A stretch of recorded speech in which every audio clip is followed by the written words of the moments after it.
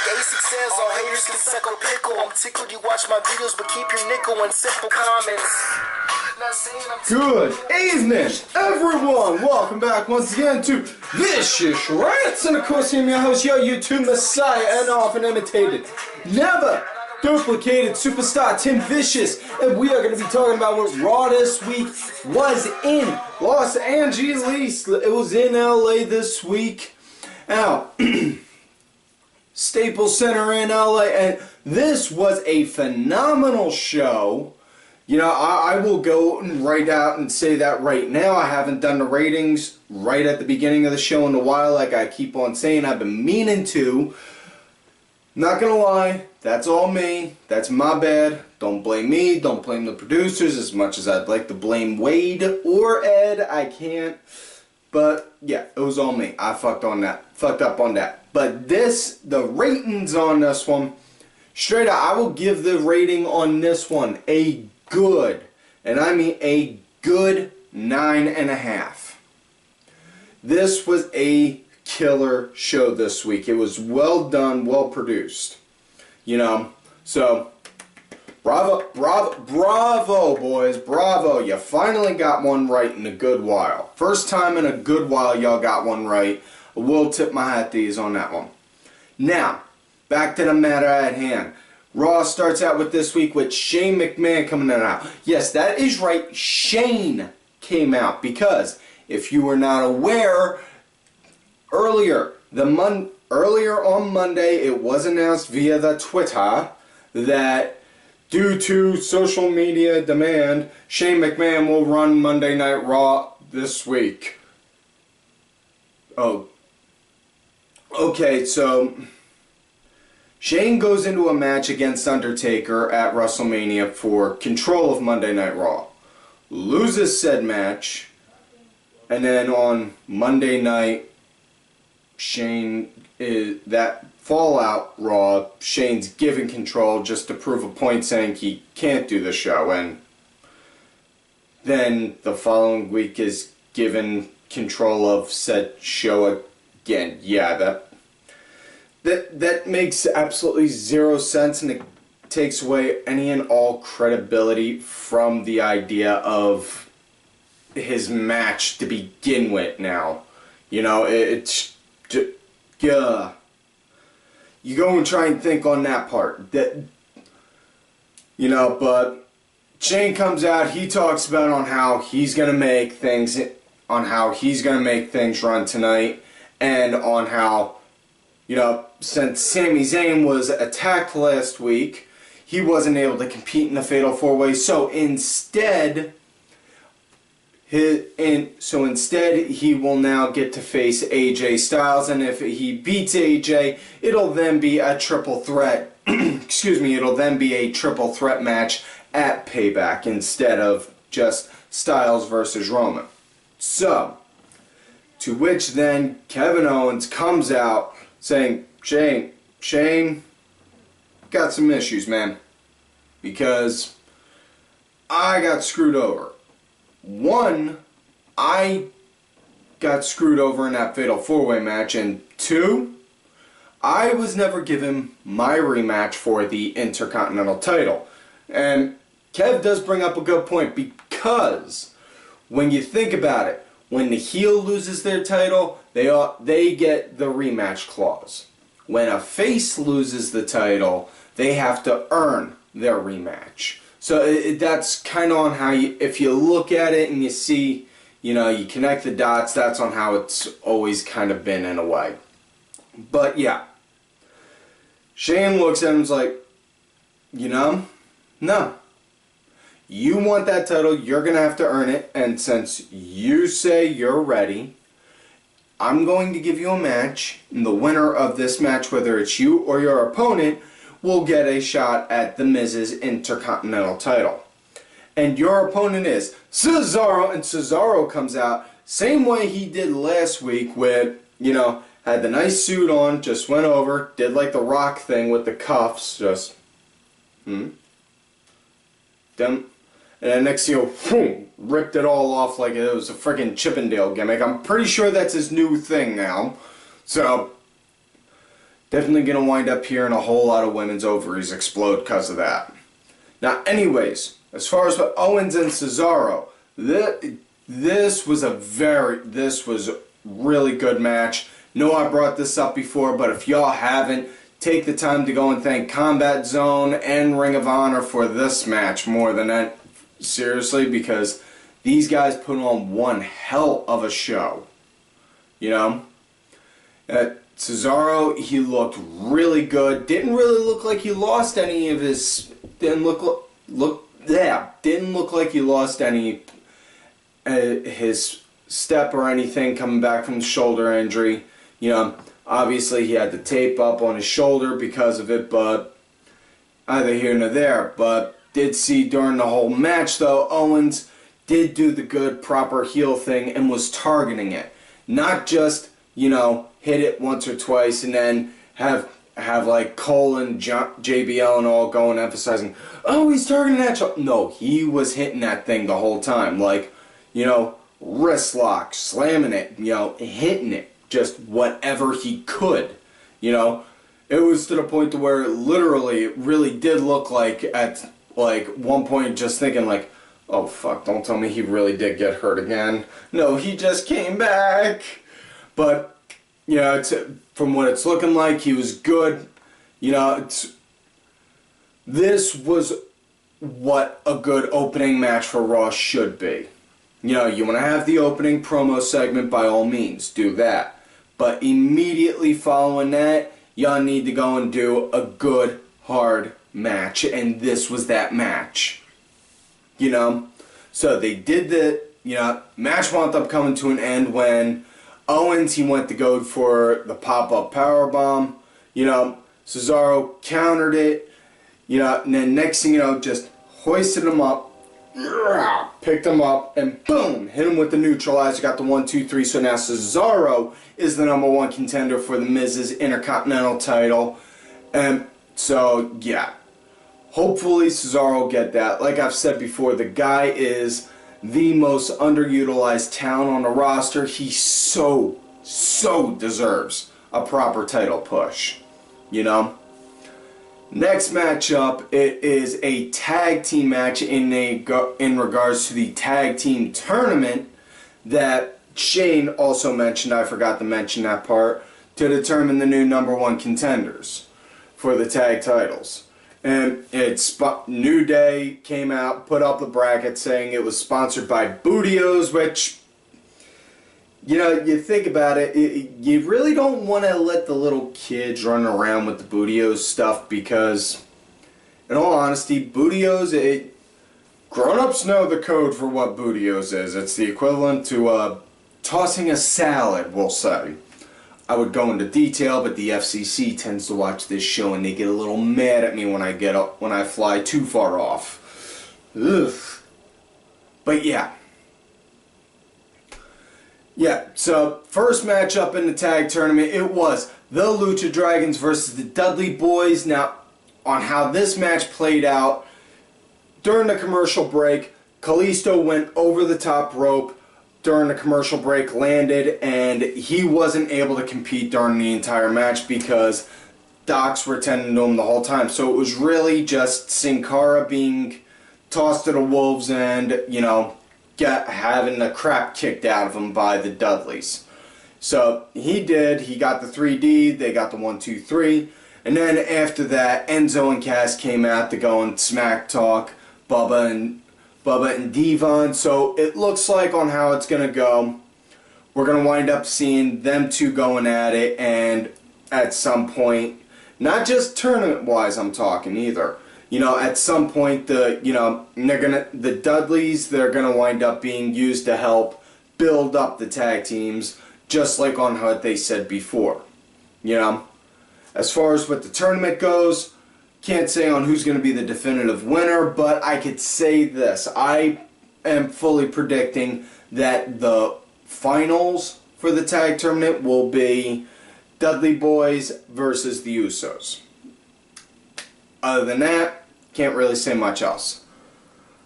Next matchup, women's title match, Natalya versus Charlotte, and for whatever strange reason, Dr. Phil was ringside watching because he did some segment earlier before that with Charlotte telling her on how, you know, the fact that her dad's there with her all the time is holding her back. She needs to stop doing that. And okay, but Dr. Phil, really, on pro wrestling,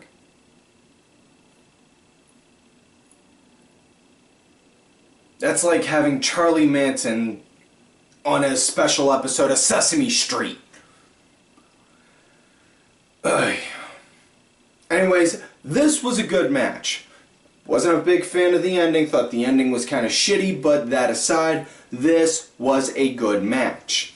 You know, Talia, she was working she was working some pretty good submissions, you know, and it definitely liked seeing that in her, because, you know, normally you see her, they try and have her do like a power kind of set, you know, a lot of slams, kicks, and punches. You know, this one she was throwing a lot more submissions in. It was nice to see that. But they were both wound up doing each other's opposing finishers. Like Natty wound up doing the figure 4 on Charlotte at one point, to where she had to go and roll it over to reverse it to get it out. Excuse me. And Charlotte wound up blocking the sharpshooter into Natty to get her. But yeah, it was a very good match. It was a good women's wrestling match. And, yeah, like that. Like the emphasis on that. Women's wrestling. That's what you need. But on how the match wound up coming to an end, Natty had the sharpshooter locked in. Charlotte looked like she was about ready to tap, like, and just as she's pulling her hand down to go do it, boom, Rick pulls the ref out, and so the ref calls for a DQ. So Natty wins by DQ. However, we all know the rules. Titles do not change hands via disqualifications, so your champ is still Charlotte.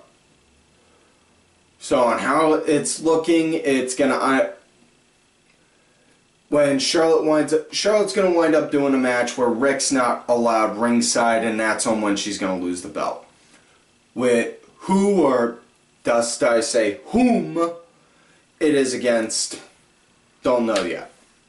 But either way, next matchup in the tag tournament, and the Usos versus the Social Outcasts, and this match led to probably the best moment of the night right here, and I will get to that. And yes, I do not adjust your set, because I did say an Uso versus Social Outcast match led to my favorite part of the night.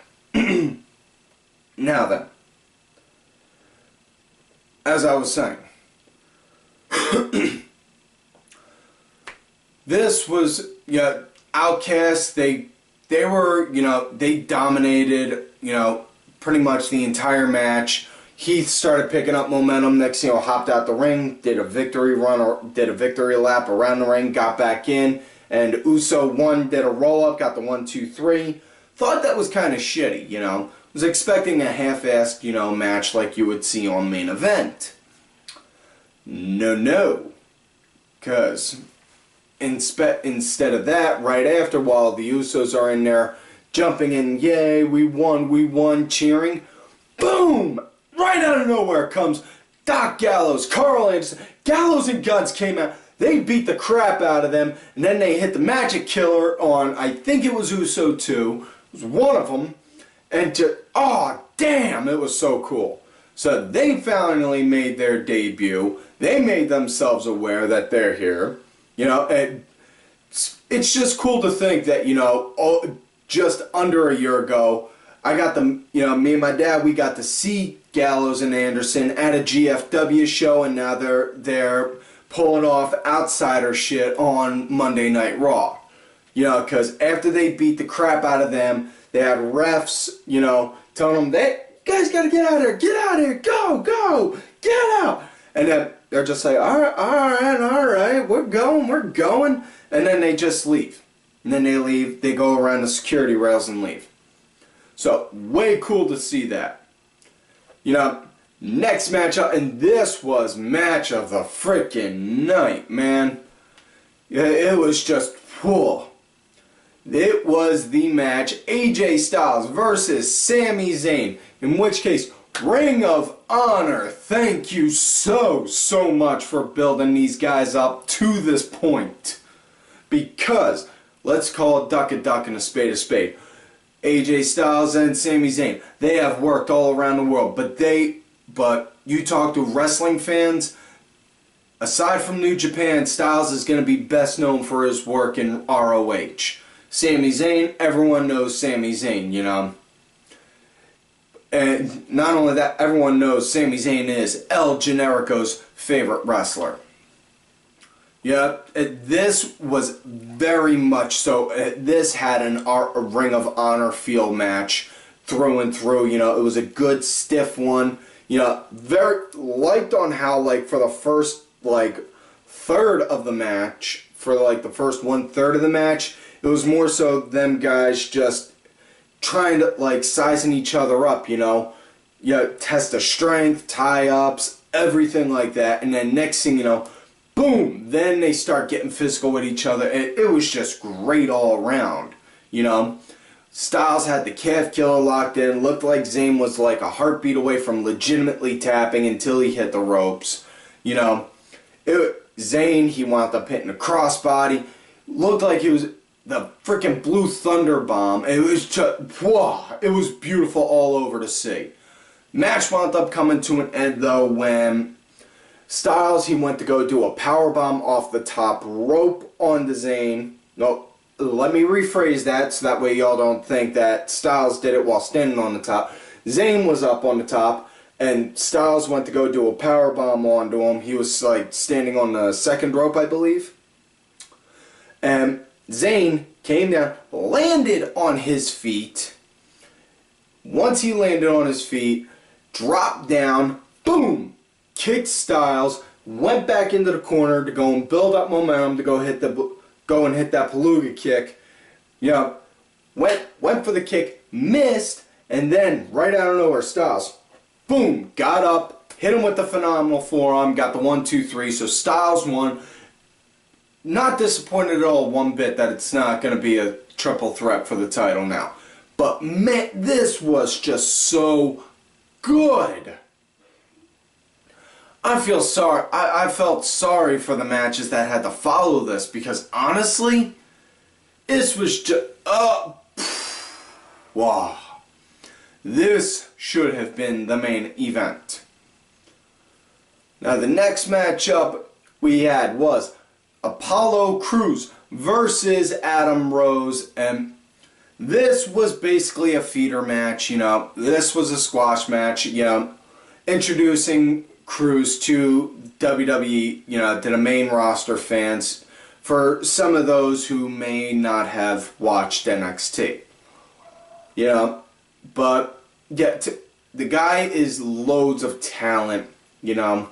He's like 240, moves like a freaking luchador, and is just got in. You see Apollo Crews, you see that figure he's got, just whoa. But yeah, Rose, he had good control of it for the most part, but you know, like any other kind of feeder match or squash match, you know, sorry, I call them feeders, but like any other kind of squash match, you know, Rose, he was in control for a good portion of it until Crews started coming back and then hit the finisher. He hoists him up, spins him around, and then boom, sit down powerbomb, gets a 1-2-3. After that, it's all over. You know? So yeah. Now the main event.